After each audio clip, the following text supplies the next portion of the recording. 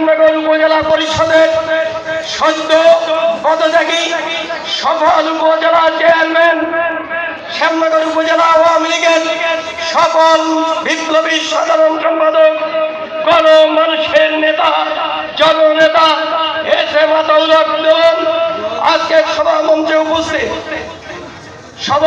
উপস্থিত আজকের এই পদ্মপুকুর ইউনিয়নে গণমানুষের প্রাণপ্রিয় নেতা, পদ্মপুকুর ইউনিয়ন পরিষদের সাবেক সফল চেয়ারম্যান, সাতক্ষীরা জজকোর্টের অতিরিক্ত পিপি জননেতা অ্যাডভোকেট এস.এম. আতাউর রহমান।